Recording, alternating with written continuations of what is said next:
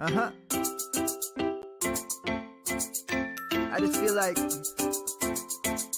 I've been around the block, ripping up fantasy stock, working around the clock. Look at the view from the top. Researching rookies a lot? No, I just be listening to pods. Yeah, one in particular, I'm just a messenger. Let me just pass on the rock.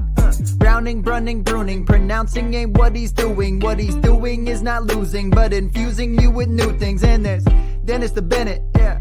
The man is a menace, yeah. Building a dynasty, some of the finest things. Promise you won't regret it. Sly as a fox, cultured in pop. Give him his props. Here is a thought, here is a box, and you cannot compare them at all. So don't even try. Careful with the news, but when you use a take, I take up Tony Fire. I mean Dyer, because anyone else is a huge mistake. Whoa, fantasy roundtable, fantasy roundtable, yeah. Fantasy roundtable, come take a look at the crown, baby. Hey, fantasy roundtable, fantasy roundtable, woo. Fantasy roundtable, come take a look at the crown, baby. Go. Hello and welcome to another episode of the Fantasy Football Roundtable podcast. It is Friday. It is week 10. Allegedly, there was a game last night. Dennis and I will be talking about that game in a minute and the rest of the week 10 action. Matt will be joining us in a few minutes as well. But before we dive in, Dennis, how did you survive your week? Well, we're supposed to get snow tomorrow. It was like 74 2 days ago. It's been raining since last night, and it's supposed to be snow tomorrow. I mean, welcome to Ohio. You know, everything else is kind of just cruising along. Just daylight savings time. Now I wake up and it's dark. I walk outdoors when it's dark. I walk indoors, it's still dark. It seems like I'm living in Middle Earth or something. I don't know. Yeah, this is kind of the time of year where if you have a true adult job like we have, you might as well be living in Alaska in the winter because you're not really going to see the sunshine that much. It has been, my time has been all thrown off because we traveled and we came to a different time zone. We went to a different country over last weekend and the time change happened. So I don't know if I'm coming or going. I just know. Went to a different country. Well, it was the tip of Mexico. So. Just the tip. Just the tip. Well, that seems like a fair transition for last night's game, which was just the tip of an actual football game. The Carolina Panthers held serve and won 25-15 over the Falcons, who actually came in as the division leader in the NFC South. Dennis, the Falcons are now 4-6. As I mentioned, they're not really totally out of anything, but Marcus Mariota has been okay. Passing game hasn't been incredible. I know you got to play Mariota last night because we're all worried about Josh Allen, but do you think it's time for them to think about giving Desmond Ridder a shot? I mean, I think it is time, but on the other hand, they're going to, Tampa Bay wins and they're still only one game out of first place, right? And Tampa Bay, not the team I'm picking. So I want to say, yes, they should be playing Ridder because, come on, who are we kidding here? But on the other hand, I mean, they're still in it. So I don't know that,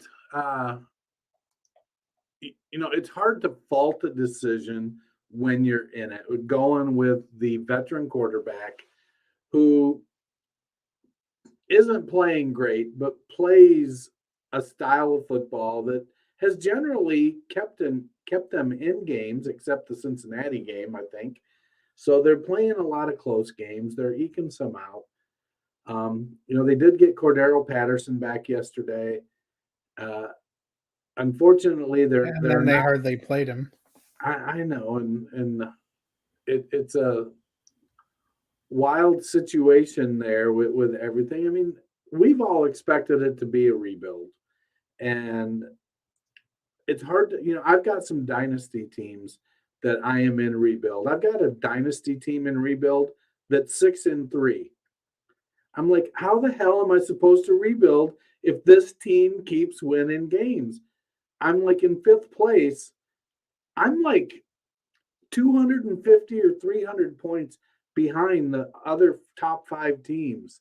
It's like, I'm not going anywhere. but my team just kind of keeps. I get everybody's. People aren't taking me serious, and their lineups are giving me victories that I just don't want. And I think that's happening to Atlanta. Um, I don't know. It'll be interesting to take a look at what the quarterback situations are going to be this year, who the are, because there's not a lot of there's going to be some definite lack of talent on teams next year too. Yeah, and that's kind of how I feel about. I would like to see Desmond Ritter, just because I'm curious to see him. I don't think Atlanta thought they were going to be in first place at this point in the season going into this game. I don't think any of it. I thought Atlanta was cruising for like another top 5 pick. Their division has just been so bad. Mariota hasn't played terrible, but I would like to see Ritter. I'm guessing you, Matt, has joined us. I'm guessing you would actually like to see Desmond Ritter too.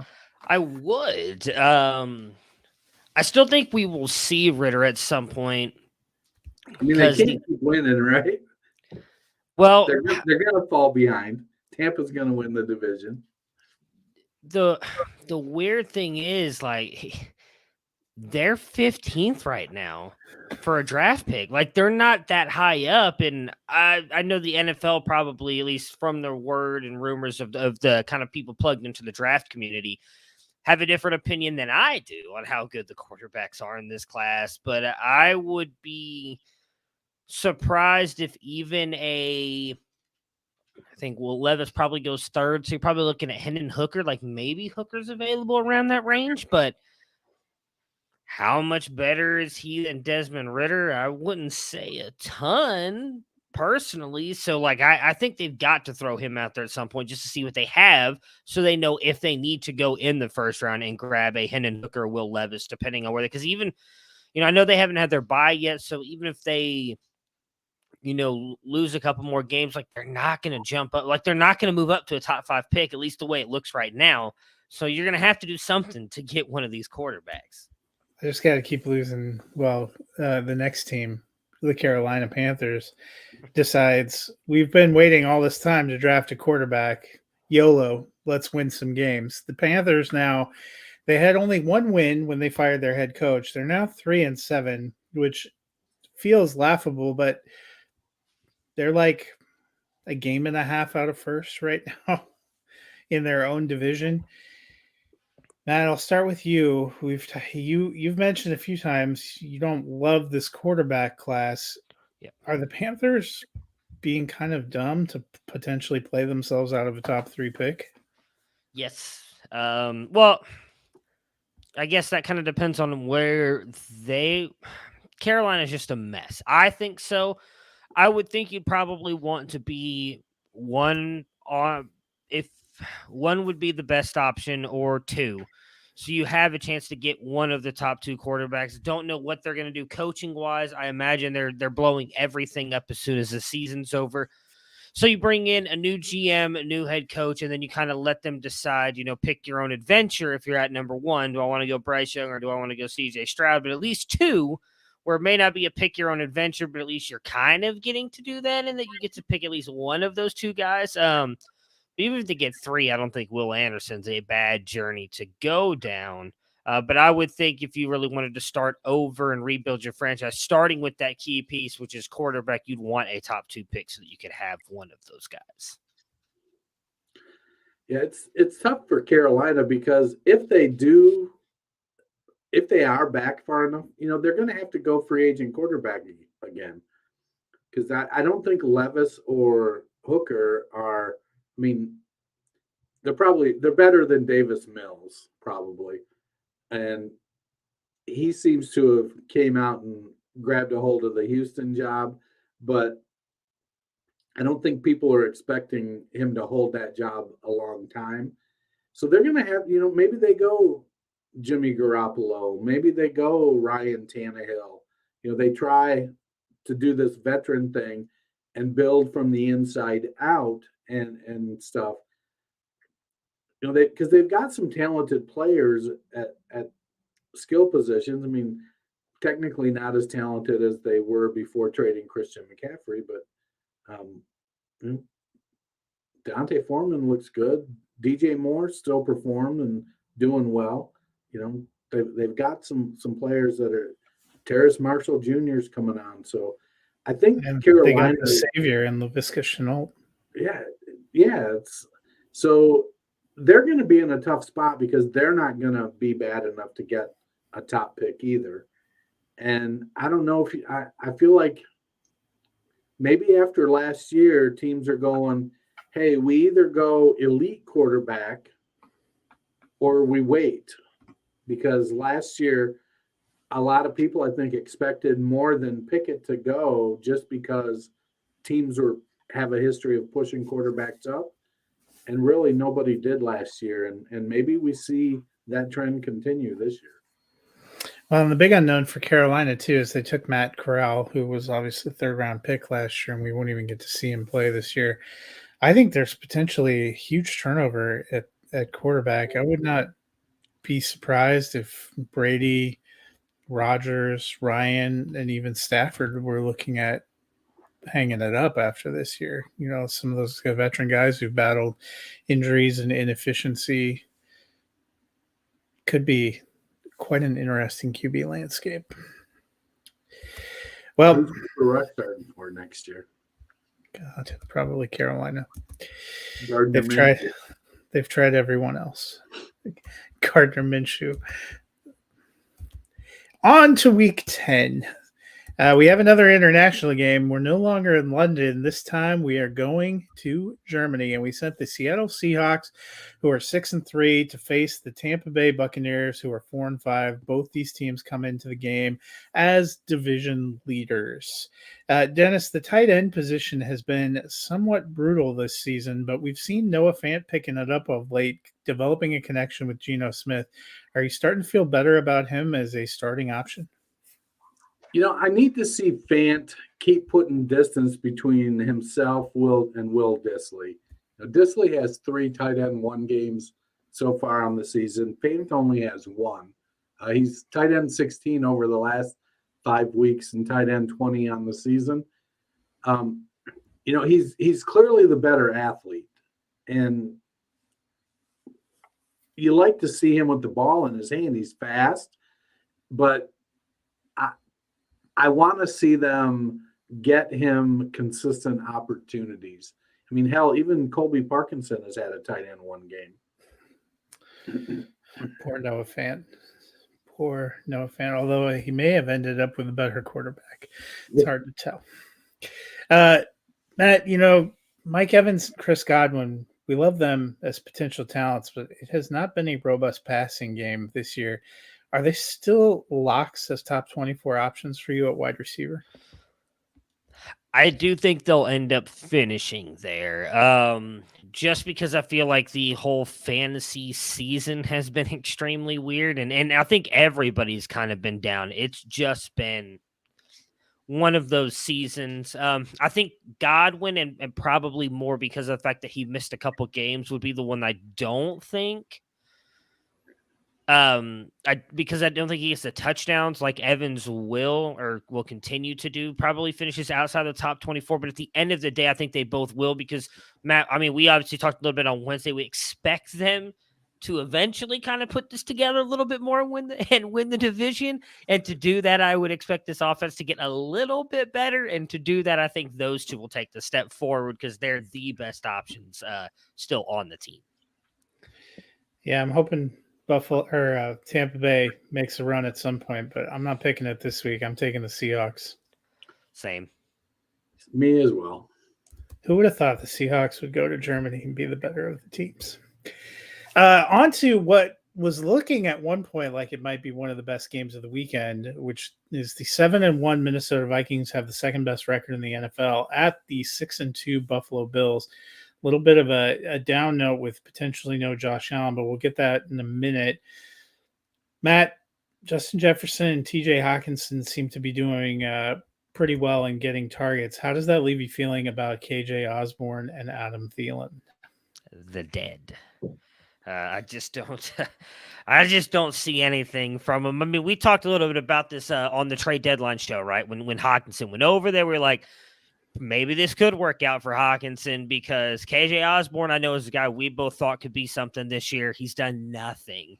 Adam Thielen, I still think has got some value, but like if you watch those medical TV shows, like my wife loves to, I love watching them with it. It's like that moment where like they're staring at that, it's like flat lines, like boop, like boop. They're like just barely trying to. Okay, there's what's it called? He's got sinus. Let's bring him back to life. Like that's where Adam Thielen's at. Unfortunately, it's not great. I think it's all going to be Hawkinson and Jefferson.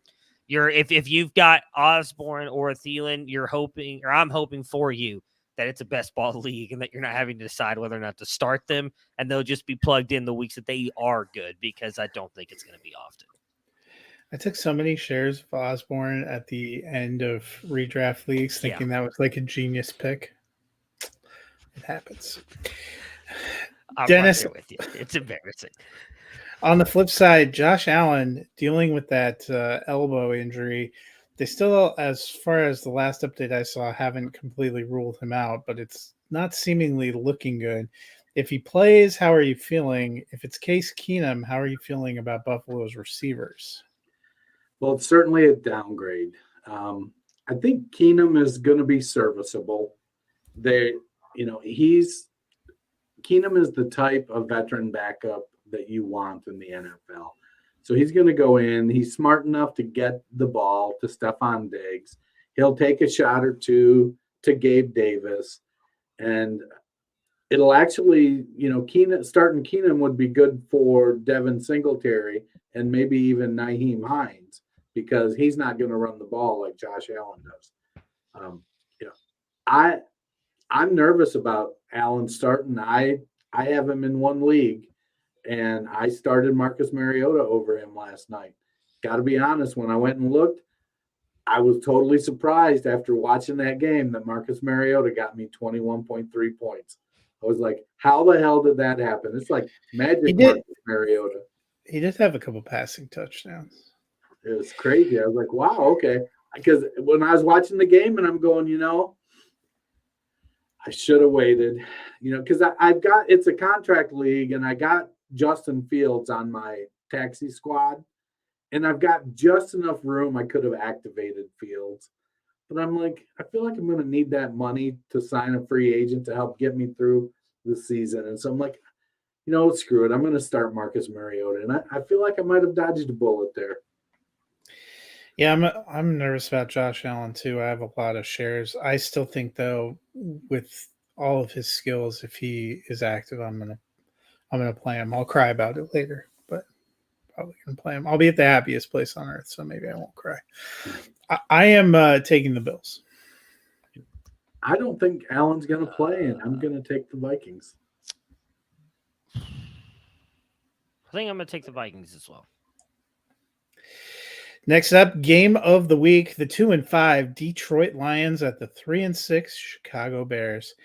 Dennis, DeAndre Swift's been back for a couple of weeks, but hasn't had incredible. He's been available on the field. How are you feeling about DeAndre Swift? I'm nervous because he's supposed to be healthy, but it feels like Jamal Williams has grabbed a hold of the running game in Detroit. Detroit's got a good offensive line. When Amon-Ra St. Brown is healthy, they've got one really good receiver. And so it seems like there should be plenty of opportunity for DeAndre Swift. And he's just not been able to stay healthy and get a full workload. He's not even getting a half a workload. Before the season started, my prediction was that he was going to catch, I think, 75 or 80 passes. I thought he was going to have an Alvin Kamara reception kind of year. And he's just not even playing enough to get that.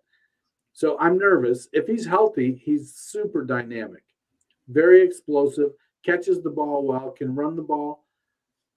But, man, he's got to stay healthy. And I want to see it. Hopefully this is the week he gets right. I know, or at least get some explosive plays. On the flip side, Matt, we've seen Justin Fields really taking off. He's up to QB7 overall. Was QB1 last week. How are you feeling Still. about? OH. How are you IO. feeling about his weapons? Oh, not great. I was hoping we were going to talk about how great I feel about Justin Fields. I want to see what Claypool looks like. I don't. We talked again, referencing that trade show. We talked about him coming over there. Like, I do think he could help open things up for Fields a little bit more. I think he could help out Darnell Mooney as well. But I do think it's going to take him a couple of weeks to get into that offense and kind of become a solid asset, though I don't think he's a necessarily good wide receiver. I just hope that Getsy allows Fields to keep doing what he did last week against Miami, and that's using the run game, just kind of letting him be him. And I actually think the weapons side of things is not going to matter because Fields will just make plays. I don't know if you'll get the reference, Matt. I posted that meme on Monday. I don't know if you saw it, of the moment in the Marvel universe where I believe it was after the first Avengers movie, where you see Thanos grab the Infinity Gauntlet and he says, "Fine, I'll do it myself," and puts the gauntlet on, but it was Justin Fields' face smiling I inside. think it was after Guardians. Maybe it was after Guardians. But it was Justin Fields' face smiling instead of Thanos, and was holding the Infinity Gauntlet saying, "Fine, I'll just do it myself." I feel like that's where Fields is at currently in Chicago, and I think he's going to be the one who has to make plays until they're hopefully able to get him some weapons in the draft this coming year.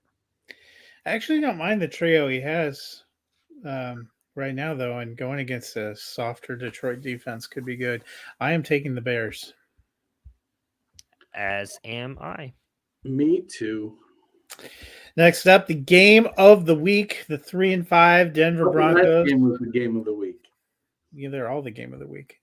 It's football. You know, as long as it's for the game of the week for every franchise. You just got to keep saying it because, for that franchise, it is their game of the week. Russell Wilson, fresh off of a week in Cabo, drinking nothing but Wolverine blood, takes the Denver Broncos at 3-5 into battle the 5-3 Tennessee Titans. Matt, we've got Chase Edmonds, Melvin Gordon, Latavius Murray. Pick your poison. None of them, if that's possible. No, I'd probably. It's like death by 1,000 paper cuts. I guess Murray.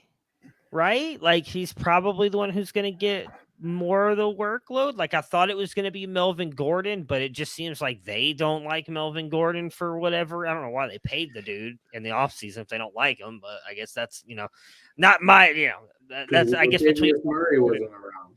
I guess, it's between Melvin Gordon and the Denver Broncos. I don't understand that. It's like if you guys ever watch it, I'm going to bring this into it because Matt knows how much I like the show. If you ever watch Love is Blind on Netflix, it's amazing drama TV show that I love. Like, both Melvin Gordon and Denver Broncos were at the altar, and you get a choice to say either I do or I don't, and then walk away. And Melvin Gordon was like, I do. And so were the Broncos, but clearly they needed to say I don't because they did not want to be in love with Melvin Gordon.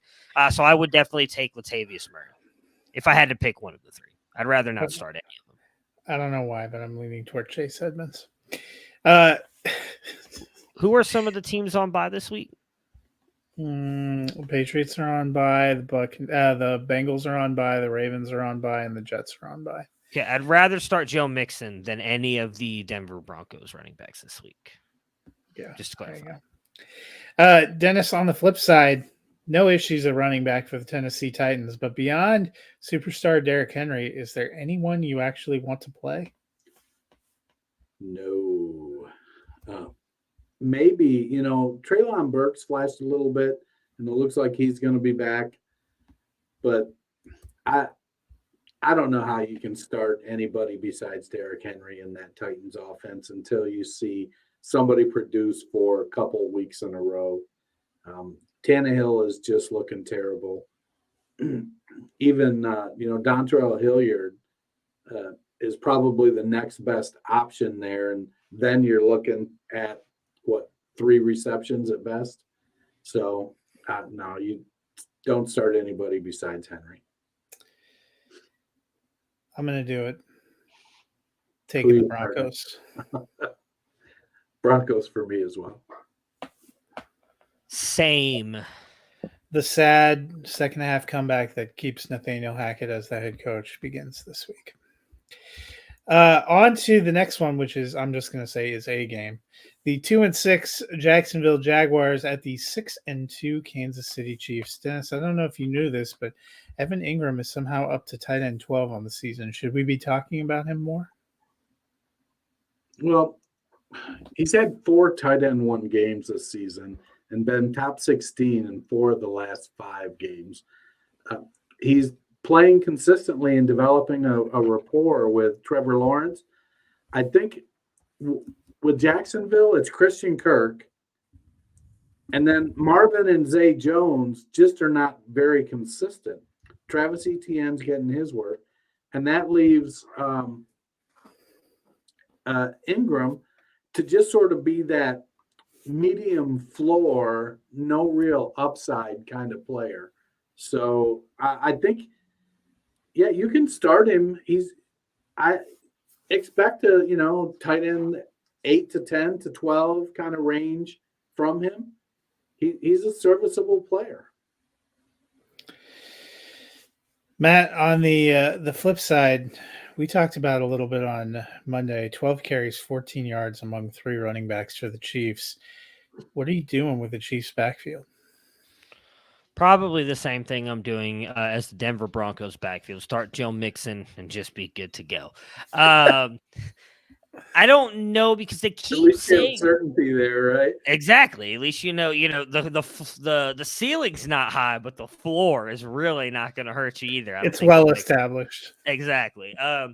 They keep saying that Pacheco is going to be the lead back, but then if Jerick McKinnon gets more carries 1 week and more snaps, if Clyde Edwards-Helaire gets them, I think if you have to start one of the 3, I'd probably lean CEH because I feel like even though they keep saying he's not going to get work, he's still at least been out there, but I really don't know. I really wish they would just choose one of them and go with it so that we as the fantasy community know what to do. But I think it really is still kind of up in the air on what they're going to do with these 3 guys. It's probably Jerick McKinnon. I am picking the Chiefs. So same. Patrick Mahomes might be their leading rusher again. On to the next battle. The Cleveland Browns, fresh off a bye, 3-5, head down to Miami to battle the 6-3 Miami Dolphins. Matt, David Njoku's been ruled out again. I know you're a big fan of Harrison Bryant. Any interest in playing him this week? Oh, probably not. I really think that Cooper has actually been extremely good against Xavier Howard, I believe. He's had some of the best games of his career against him, actually.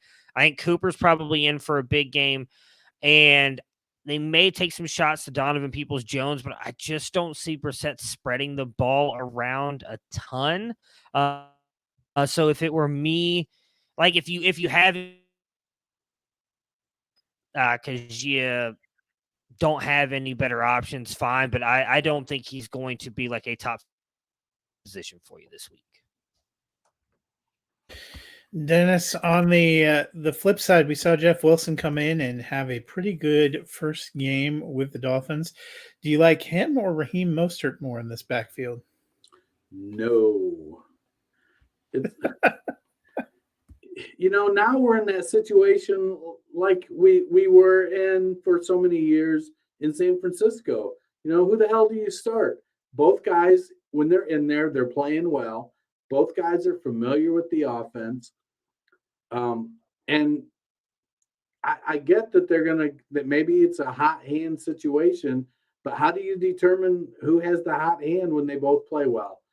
So, with 4 teams on a bye and some pretty good running backs on a bye and injuries around the league, you're probably if you roster one of the 2 of them, there's probably a 60% chance you're going to have to start them in your flex. It's a plug and pray kind of situation. The upside is that whichever one gets the work is likely to produce at least RB2 numbers. It's just, can you place your bet on which one gets the work? I still lean Mostert, but if it's Wilson, I'm not going to be surprised. So it'll probably be Gaskin. I am taking the Dolphins. I'm going to take the Browns.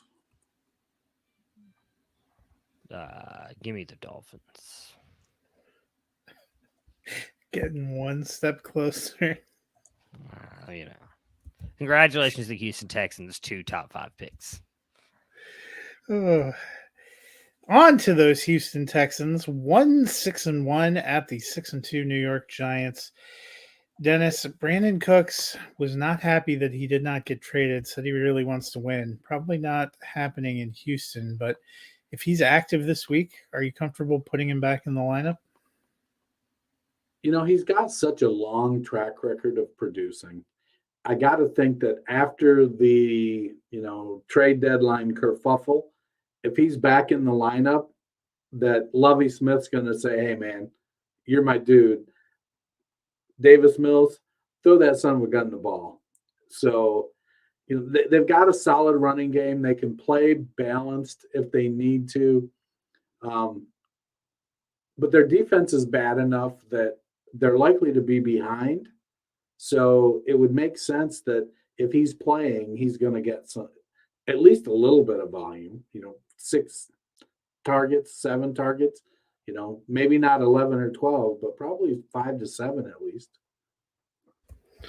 Might be all it takes. Matt, on the flip side, the Giants like to run. They have Saquon Barkley. The Houston Texans can't defend the run. Could Saquon be RB1 this week? Yeah, I definitely think there's a very great opportunity for him to absolutely smash it. I actually think Daniel Jones might be able to smash as well in this matchup because of what he can do with his legs. Obviously, he's been more efficient than he has in the past, passing the ball as well. But Saquon should be in for a massive day on Sunday. I think he's likely going to be the RB1 or 2. Of course, with the way this season's going, he's probably going to finish with like 4 points, and Dameon Pierce is going to end up going off and being the RB1. But I do think Barkley's in for a great day. I am taking the Giants to surprisingly move to 7-2. Yeah, I think they get the best. As am I. Break out the Giants. The New Orleans Saints 3-6 at the Pittsburgh Steelers, who are 2-6. This is just one of the fine matchups we have this week. Matt, Chris, yeah. Even Fox isn't selling this one as game of the week. Chris Olave is basically all the Saints have in the passing game. Any concern for you, Matt, about him going against a decent Pittsburgh secondary? I think it's going to depend on where he plays. So Pittsburgh has actually given up a ton of fantasy points to the slot, and I wonder if they maybe move Chris Olave in there and get him away from the outside if Jarvis Landry isn't 100% and ready to go, or if they try and move him around a lot. There's also apparently a lot of talk that Jameis Winston may be back and playing this week over Andy Dalton. Apparently, Why? Dennis Allen was called into the boss's office, Mickey Loomis. They had some big meeting. I believe it was yesterday. So we'll see what happens there. Maybe they end up playing Jameis Winston, which, while I don't think is a good thing for the Saints team, I think it's good news for us in the fantasy world because Jameis Winston will just like sling it all over the place. He's probably going to throw 3 touchdowns. We know he'll throw probably 3 interceptions as well. But I think whichever one ends up in the slot could have a good day against Pittsburgh because that team is just not. They're not the defense, and they're not the team they used to be. They're not. I think they're still top. They're top 20 against wide receivers on the outside, which is better, obviously a little bit better than half. Like they're not horrible, but against the slot, I believe they're like a bottom 8 team. Like they're really bad against giving up points in the slot. Yeah, it's a mixed bag if they go back to Jameis. Might not be terrible for passing assets, but it's definitely he has not been as good for Alvin Kamara. Dennis, I think isn't TJ Watt back this week? Oh, well, that's not good for anyone on the Saints. No. On the flip side, Dennis, Najee Harris, we've seen him Struggled a lot this season. Came in a little bit banged up. Finally got that bye week. Got a little bit of rest. Do you think he picks it back up, or are they going to give a bigger share to Jaylen Warren? I think Warren is earning more opportunities. But I mean, the Saints give up the 11th most rush yards in the NFL. So the opportunity is going to be there. Hopefully the bye week was an opportunity for Mike Tomlin and Matt Canada and whoever the hell the O-line coach is in Pittsburgh to kind of get some stuff straightened out there. I think the downside is with Warren, it's going to be, he's not getting force-fed the ball like he was last year and picking it down like Ben did. So you have to put a ceiling on what you believe getting going is. I think if he rushes for 80 yards and catches 2 passes, I'm going to consider that getting going as long as the 80 yards isn't on 32 carries. I mean, it might be on 32 carries. I am taking the Saints. I'm not. No, nobody wants to win the NFC South. I'm going to take the Steelers as well. No, I'm going to take the Saints. I changed my mind. Take the Saints. Another in a lineup of hideous matchups. The Indianapolis Colts, 3-5-1, head to Las Vegas to battle the 2-6 Raiders. Dennis, Frank Reich is gone. Jeff Saturday is here. We're still not sure if it's Ellinger or Ryan this week. What are you hoping for or expecting from this new look Colts team? I am hoping for and expecting absolutely nothing. I mean, we have had more shit shows this season than I can't remember how long. They could come out. I feel like they're going to come out and try to run the ball. Saturday is a former O lineman, and when you see the clips of him playing and Peyton Manning, he's like, run the effing ball, yada yada yada. So I feel like he's going to want to try to run the ball. I think he recognizes Jonathan Taylor is one of the best weapons in the NFL, and they maybe should probably use him. So I think he's going to try to establish the run. With quarterback, man, Ellinger is bad, and I get the whole, they're tanking. What the front office thinks and what the front office does, the guys on the field, the guys in the locker room, they're not tanking. They're playing their asses off. They're going to be out there playing hard. But, man, I'm in wait-and-see mode. I'm going to start Michael Pittman where I have him because, I mean, you kind of got to unless who are you going to start over? Michael Bandy because Keenan Allen is out again? You probably don't have a whole lot of better options if you drafted Michael Pittman. So hopefully, they come around a little bit. But, yeah, I'm in wait-and-see mode. It's a sad state of affairs. On the flip side, Matt, we've seen the Raiders blow 3 games so far this season where they had a 17-point lead or greater. Is any lead safe with the Raiders? No. Maybe in this one because they are going up against the Colts. I do think it's technically a worse team, but I don't think that I don't know if this is McDaniels. I don't know what's going on here. It's just well, I know you think it is for sure. It's a bad team right now. What's going to be even more intriguing is they're right up there for a chance to get another quarterback. Like if Las Vegas finishes with the top 2 pick, do they move on from Derek Carr and take a CJ Stroud or Bryce Young? Like there's so many questions I have about this team. I think outside of Seattle, which again I had picked, I believe, to get like 1 win on the season, this may be the other team that I was just 100% wrong on. I thought they'd be in the playoff conversation. I just don't know what to think about them. I would hope that if they were able to get up on this Colts offense again, if Sam Ellinger is starting, that they would be able to hold on to a lead. But I don't know. They're a bad team. The Colts are technically a game and a half up on the Raiders in the AFC That's standings. just sad. I am taking the Raiders. So As am am I. Whew. On to the afternoon window games. We have the Dallas Cowboys 6-2 at the 3-6 Green Bay Packers. Still hard to believe that's the case. Matt, this offseason, it seemed like the Cowboys chose Michael Gallup and Dalton Schultz over Amari Cooper, dealing Cooper to Cleveland while they gave Gallup an extension and tagged Schultz. We haven't seen great year from Schultz, but we haven't seen much from Gallup since he's come back yet either. How do you feel about Gallup these days? I think he's going to be fine once he's able to start getting back into the offense. I mean, he's a guy that we've all liked. I know we've kind of propped him up at times in the Cowboys offense, and I expect him to be good. He's still coming back from a pretty serious injury, though. We know that he struggled with drops, but I do think he brings a element to that offense that is not there with CeeDee Lamb. Like, CeeDee Lamb is not the real deep threat that Michael Gallup can be. I also think Dak is still kind of working his way back into this offense, coming off the wrist injury.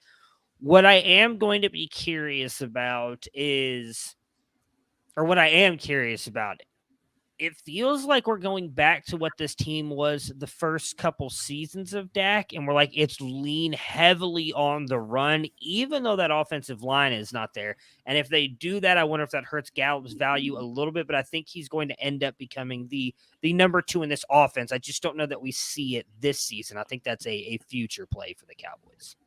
I mean, Gallup has had 5 targets in 3 of 4 games since he has been back. The big issue is that there just hasn't been the yardage there, and he's supposed to be the down the field guy. So if he can get back in that 6-7 target range and make some plays downfield, and he's had 2 4-catch games, he just has only put up 44 and 49 yards with no touchdowns. Dennis, the Dallas Cowboys have a good pass rush and a good pass defense. The Packers have struggled throwing the ball down the field and protecting. So what does this matchup mean for Aaron Rodgers and a flagging Green Bay pass offense? Means he's going to check out of the run play and chuck it down the field where it lands helplessly at the 20-yard line. No, I mean, it's probably not wrong because no Romeo Doubs this week. It's Christian Watson, Stonehand Watson. Last year, I would have thought that, there's opportunity for him to make some plays. Trevon Diggs, turning in a shit ton of interceptions last year, wasn't great in coverage. He was making interceptions because he was taking chances.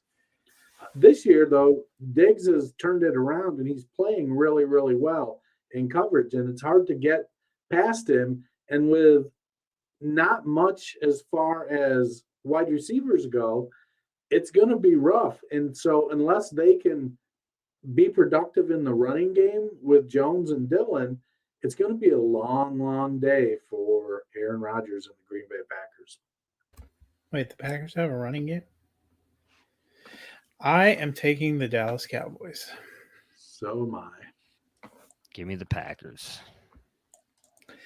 Next up, in a loser leaves the playoff race game, the Arizona Cardinals at 3-6 travel to Los Angeles to battle the 3-5 Rams. Dennis, Kyler Murray is banged up. He is officially listed as questionable. If he can't go, can the Cardinals still win without him? Can they win with him? That's my question. They barely can win with him. And he's been dinged up. And, we've seen in the past when Murray gets a little bit banged up, he doesn't play well.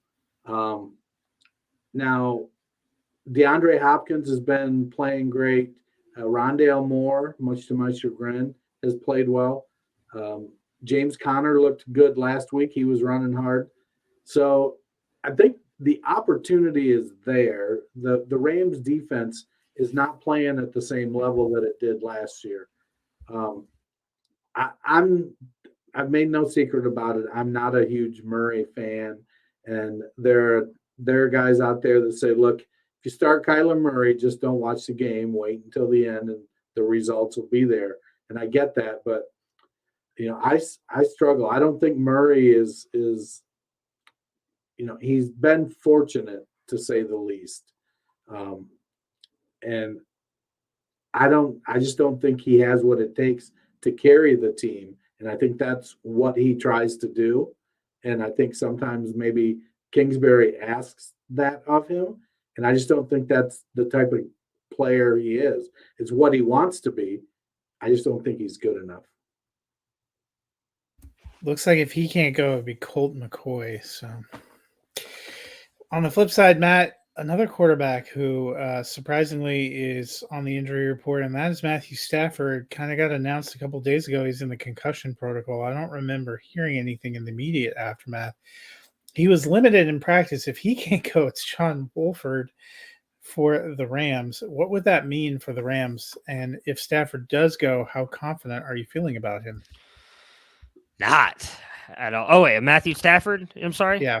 Oh, if he plays, I feel fine. I'm sorry. I thought you were saying something else. If he plays after what happened earlier this season with Tua, I don't think another NFL team is going to take a chance to clear protocol and put a player out there. So I think if he's cleared and out there, then I do believe he is good.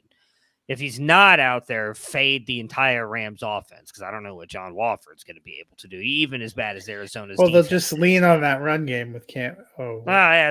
Cam Akers breakout game. Here we come, 2022. Makes me worried for some of the Cooper Kupp shares I have, but I do believe if Stafford is if he's out there, that he's good to go. As good as he can be. He's been bad this year. So. I'm taking the Rams. Same. So am I. Oof, what a lineup. The Sunday night game is an interesting matchup in theory. The Los Angeles Chargers, 5-3, travel to battle the 4-4 San Francisco 49ers.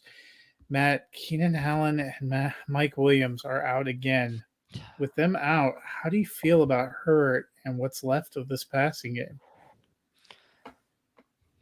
I feel for my boy Justin. Mostly because this Chargers team is an embarrassment upon the NFL. I don't know what is going on with this. What is it? The training staff that allows all these injuries to just happen. It's every year with the Chargers. They get all these injuries.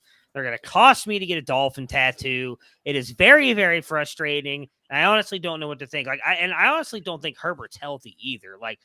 He has not looked the same this year, and I don't want to blame it all on the ribs, but I do think it's that. And I would almost even bet you he's not getting shot up every game because he's afraid his lung's going to get punctured. So, I don't think this is going to be good at all for the Chargers if both those guys are out again. Gerald Everett's out there dropping wide open passes. DeAndre Carter was in the CFL a couple years ago. It's just bad news. You're just hoping Justin Herbert hits a couple touchdowns if you're starting him and at least get you more than the 9 points he's gotten you the past 2 weeks in a row. I kind of would like to know what's going on with Keenan Allen because prior to the bye, they said he was close to returning and had actually been out there testing it pregame before the bye, and they've had 2 games since the bye, and he's not even close to coming back. I don't get it. Old. Way to break my heart. Dennis, the last time we saw Christian McCaffrey, he threw for a touchdown, he caught a touchdown, and he ran a touchdown in for good measure. What is he going to do to the Chargers? Well, he's going to strap on his Captain America cape and grab his shield. He's going to go out there and he's going to put up fantasy numbers. They brought Christian McCaffrey in to take over their running back spot. He's been one of the best running backs in the league for several years now, despite missing a couple of years, most of them anyways. Catch the ball, run the ball. You were talking about Saquon Barkley being the RB1 this week. Why not Christian McCaffrey? I mean, the dude's amazing. So I don't have any issues. I actually just traded for McCaffrey in a redraft league at my detriment for the week because I traded for him on a bye week. I'm like, what the hell? I'm going to take this dude. Just seemed to make sense for me with the rest of my team. I had a good enough record. I felt if I lost, I'd be okay. Still making the playoffs, and in the playoffs, I'm gonna have Christian McCaffrey. Gosh darn it, no, McCaffrey's the dude. Yeah, I ranked him and Barkley 1-2 in running back. I think both of them. If you somehow got them both on the same team, blessings to you, because those were two of the big time running backs who managed to remain in there and active.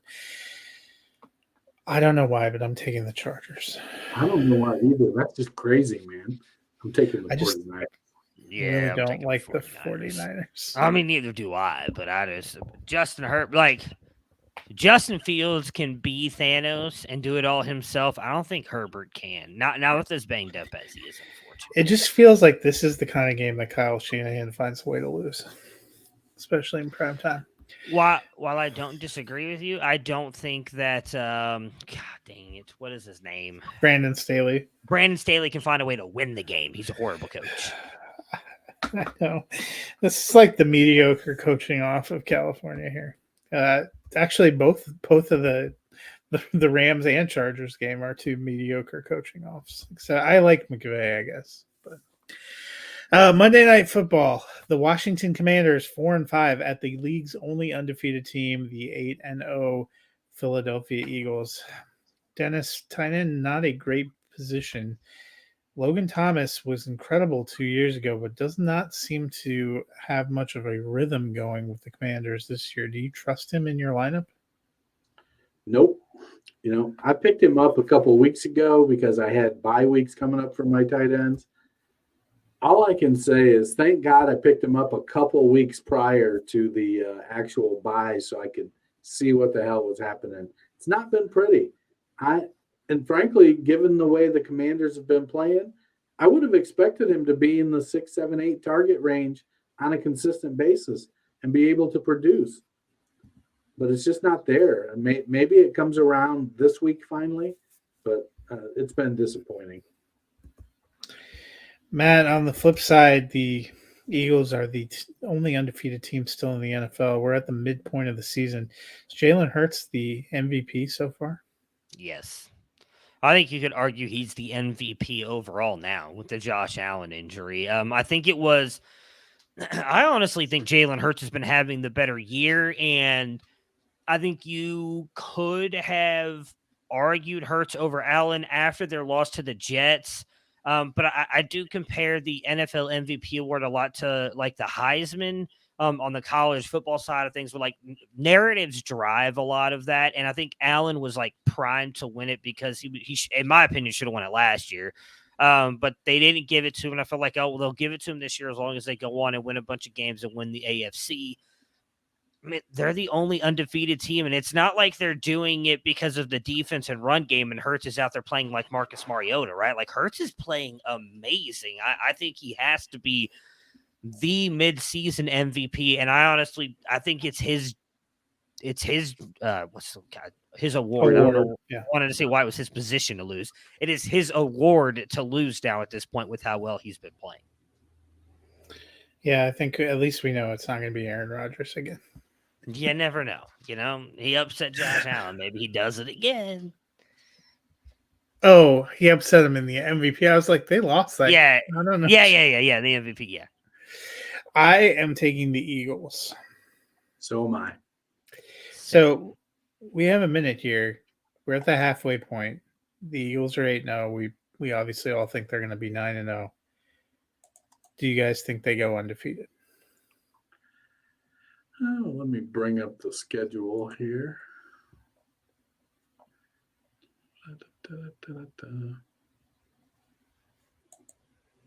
All right, so they've got the Commanders this week, win. Colts next week, win. Packers the week after that. Oh, that's the loss, and that's where Aaron Rodgers wins the MVP right there. Yeah, one game don't win you the MVP. Yeah. You never know. Well, actually, Unless with they start sports running the wishbone and Rodgers rushes for With 100 sports yards. writers, it will, because he if won't Chris have any help. Collinsworth is voting, Yeah. it might happen. Then that week 13, they've got the Titans. That should be Hang a on. win. Really quick, I actually think they beat the Packers. It is at home. I was just kidding. Yeah. Like, I think they beat the Packers. That was what I assumed. Let's see. 14, the New York Giants. That was a division game. That'll And be it's at tough. MetLife, so Yeah. that could be a loss. Then the Bears. The way the Bears have been playing, if they keep gelling, young teams can do weird things, but they probably win that. Then the Cowboys. That'll be a tough game. Another division game. At home, yeah. Yep. Then the Saints. That should be a win. And then the Giants again. So, it looks like they probably are going to take a couple L's there along the way. I think they end up splitting with the Giants and lose to the Cowboys. If you put it at 3, you taking the over, the under. Under. 3 losses? Yeah, if you say if I gave you 3 losses right now, you got to take the over, the under. I think I would do the same. I'd take under. I think they at least lose 2. I don't know that they get to 4. Yeah, I mean, it comes down like if it's 2.5 or 3.5, you're taking the under at 3.5 probably, but at 2.5, are you going over? I'm still taking the under. I think they lose 2. I looked at the Same. schedule. I kind of played the scenarios out. I think they end up the 1 seed losing 2 games. Yeah, I mean, I don't think that they lose to the Bears. Mostly just because I think that defense is good enough to slow down. Maybe Fields and the offense continues to take steps forward. The only 2 games to me that I think are really losable are the Giants and the Cowboys when they play them away at MetLife and then at Jerry World. And if they split that, then I think they possibly only lose 1 game on the entire season. Like, they've played bad games so far this year. They didn't play good against the Cardinals. They really didn't play that good against the Jaguars, right? But they found ways to win those games. Like, I think that team with the leadership by Hurts and how good that defense has been, like, they've already shown us they can win the tough games and the games they don't necessarily play well in. So I think really it just comes down to those 2. And maybe the Titans too. Like, we keep underselling the Titans.